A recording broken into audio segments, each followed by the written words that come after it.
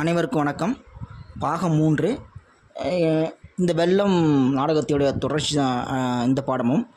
என்னென்னு பார்த்தீங்க அப்படின்னா, இப்போது வினோதனை போய் பிச்சைமுத்து உள்ளே போய் பார்த்தார் இல்லையா, அவர் என்ன பண்ணுறாரு அப்படின்னா, வாங்க பிச்சைமுத்து எப்படி நல்லா இருக்கீங்களா அப்படின்னு கேட்குறாங்க. அப்புறம் 2 பேரும் நட்பு பாராட்டிக்கிறாங்க. அதாவது என்னென்னா, பழைய நினைவுகளை நினச்சி பார்க்குறாங்க. எப்போ நம்ம சின்ன பிள்ளையா இருக்கும்போது எப்படிலாம் விளையாண்டுருக்கோம், ஆடி இருக்கோம், ஓடி இருக்கோம், இதெல்லாம் உனக்கு ஞாபகம் இருக்கா அப்படின்னு அதை பற்றி பேசுகிறாங்க.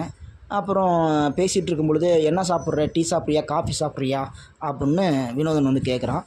உடனே பிச்சைமுத்து, எனக்கு அதெல்லாம் பழக்கம் இல்லை, நான் சாப்பிட்றது இல்லை அப்படிங்கிற மாதிரி அவர் பேசிக்கிறாங்க. பேசிகிட்டு இருக்கும் பொழுது, நல்ல பழக்கம் தான், அருமையான பழக்கம், டீ காஃபி இல்லைன்னா நான் ரொம்ப நல்லது தான் அப்படிங்கிற மாதிரி அவங்க பேசிக்கிறாங்க. 2 பேர் பேசிகிட்டு இருக்கும்போது, அப்புறம் அப்பாவுக்கு என்ன தான் ஆச்சு அப்படின்னு கேட்கும்பொழுது, உடனே பிச்சைமுத்து சொல்கிறாரு, அப்பாவுக்கு அட்டாக் வந்துருச்சு, காப்பாற்றிருக்கலாம், ஆனால் முடியாமல் போச்சு. உனக்கு தான் தெரியும் இல்லையா, அப்பா கொஞ்சம் குடிப்பார், அந்த குடிப்பழக்கம் இருந்துச்சு, நாங்கள் எவ்வளவோ சொல்லியுமே அவர் கேட்கல, அதனால தான் அவர் இந்த சூழலை தள்ளப்பட்டார் அப்படின்னு சொல்கிறா பிச்சைமுத்து.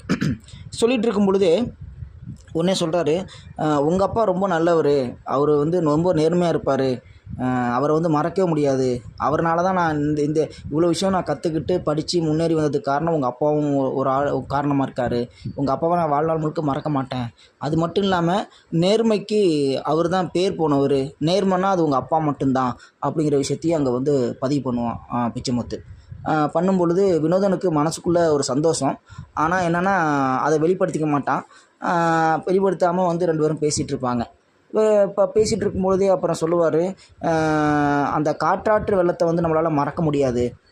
ஏன்னு கேட்டிங்கன்னா, அந்த நாள் மிகப்பெரிய ஒரு மறக்க முடியாத நாள் அப்படிம்பாங்க. என்னென்னு பார்த்தீங்கன்னா, அதான் அந்த நாடகத்தோட முக்கியமான கதை கரும்பாங்க. அதாவது காற்றாற்று வெள்ளம் அப்படிம்பாங்க. எப்படின்னு பார்த்தீங்கன்னா, ஏன்டா இது உண்மையாக நடந்த சம்பவம். தஞ்சாவூரில் மிகப்பெரிய ஒரு பாலம் இருக்குது.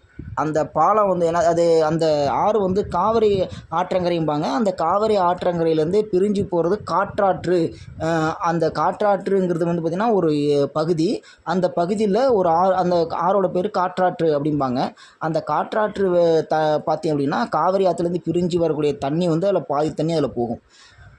அது தண்ணி எப்படி போகணும்னா, நொங்கு நுரையுமா போகும். எப்படின்னா தெளிவாக போகாமல் கலங்களாக நொங்கு நுரையுமா அப்படியே இது ஆற்றுல நிறைஞ்சு போகும். அதாவது என்னென்னா, இந்த கரைக்கு அந்த கரைக்கு நிறைஞ்சு போகும். பார்க்குறதுக்கே அழகாக இருக்கும், ஆனால் ஆபத்து.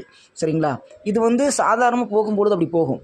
அதுவே இந்த மழை பெய்யும் பொழுதோ அல்லது தண்ணி நிறைய வரும்பொழுது கரை புரண்டு போகும்பாங்க. அதாவது இந்த கரைக்கும் அந்த கரைக்கும் தத்தளிச்சுட்டு போகும் தண்ணிம்பாங்க. பார்க்குறதுக்கு அவ்வளோ அபாயகரமாக இருக்கும். அது எங்கேயாவது உடஞ்சிடுச்சு அப்படின்னா, அதுக்கு பேர் வெள்ளப்பெருக்கு அப்படிம்பாங்க. அதாவது ஊருக்குள்ளே தண்ணி பூந்துடும், அந்த ஊரையே அழிச்சிரும். அங்கே ஊரில் ஆடு, மாடு, கோழி, சில நேரத்தில் மனிதர்களும் சாவது உண்டு. அதை மாதிரி வெள்ளப்பெருக்காயிரும். அது இல்லாமல் வயக்காட்டில் நெல் பயிரெலாம் போட்டிருப்பாங்க, அது எல்லாமே அழிஞ்சு போயிடும். அதை மாதிரி எங்கேயாவது கரை உடைஞ்சிக்காமல் இருக்கிறதுக்கு என்ன பண்ணுவாங்க அப்படின்னா, அரசு துறையிலேருந்து இந்த பிடபிள்யூ அப்படின்னு சொல்லுவாங்க, பொதுப்பணித்துறையிலேருந்து அது ஒரு பிரிவு, பிடபிள்யூன்னு சொல்லுவாங்க. அந்த துறை அந்த ஆற்றங்கரையெல்லாம் பாதுகாக்கிற வேலை அவங்களுக்கு. அந்த துறையில் தான் என்ன பண்ணுறேன், வினோதன் அப்பா இருப்பார். அவரு கொஞ்சம் நேர்மையான ஆள். இப்போ வேலை வாங்குறதுலையோ மக்கள்கிட்ட பழகுறதுலையோ நேர்மையாக இருப்பார். தாங்கிட்ட இருக்கிறவங்களையும் நேர்மையாக இருக்குன்னு நினைப்பார். அதே மாதிரி தான் பிச்சைமுத்து அப்பா அவர் கூட வேலை பார்க்கும்போது ரொம்ப நேர்மையாக இருந்தார். அந்த நேர்மை அடிப்படையில் தான் பிச்சைமுத்து நேர்மையாக இருக்கிறான். இப்போ அந்த நினைவுகள்லாம் நினச்சி பார்க்குறாங்க. அந்த காற்றாற்று வெள்ளத்தை நம்மளால் மறக்க முடியுமா? அது மிகப்பெரிய ஒரு கொடுமையான செய்தி அப்படிங்கிற விஷயத்தையும் அங்கே 2 பேரும் பேசிக்கிறாங்க. ஆமாம், அவனும் சொல்கிறான் பிச்சைமுத்து, ஆமாம், அந்த ஓடாச்சேரி கிராமத்தில் உடஞ்சது இல்லையா, ராத்திரி நைட்டு ஒரு 12 மணி இருக்கும். அப்போ அந்த வெள்ளம் உடஞ்சி வந்ததை நம்மளால் மறக்கவே முடியாது.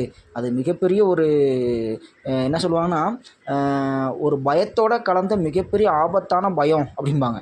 அது அவ்வளோ பெரிய விளைவை உண்டாக்கும் அந்த வெள்ளப்பெருக்கு அப்படிங்கிற விஷயத்தையும் அங்கே அவன் சொல்லிகிட்டு இருக்கான். அது எப்போ நடந்திருக்குன்னு பார்த்தீங்க அப்படின்னா, 1962 அந்த நிகழ்வு நடந்திருக்கு. அந்த நிகழ்வு இப்போ நினச்சி பார்க்குறாங்க. அதான் சொல்லுவாங்க, இந்த பழைய நினைவுகளை நினச்சி பார்க்கும்போது பழைய நினைவுகளை அசை போடுதல் அப்படிம்பாங்க இல்லையா, அதான் சொல்லுவாங்க. அதை நினச்சி பார்த்து இவங்க 2 பேரும் பேசிகிட்டு இருக்காங்க. இப்படி பேசிகிட்டு இருக்கும் பொழுதே அந்த இப்போ எப்படி ஒரு சினிமா பார்த்தா அந்த கதையை நம்ம நினச்சி பார்க்குறோமோ, அதே போல் அந்த நடந்த நிகழ்வை வந்து அவங்க சின்ன பிள்ளையா இருக்கும் பொழுது ஓரளவு வளர்ந்து வர நிலையில் அந்த காட்டாற்று வெள்ளத்தை பார்த்த நினைவுகளை வந்து என்ன பண்ணுறாங்கன்னா 2 பேருமே நினச்சி பார்க்கும்போது அது இப்போ நினச்சாலும் மனசுக்கு வந்து மிகப்பெரிய ஒரு பயத்தை உண்டாக்குது அப்படிங்கிற விஷயத்த வந்து அங்கே பதிவு பண்ணிக்கிறாங்க. இப்படி 2 பேரும் நட்பு பாராட்டி பழைய செய்திகளை நினைத்து பார்த்து அசை போடுற மாதிரி இந்த காட்சி அமைந்திருக்கு. நன்றி.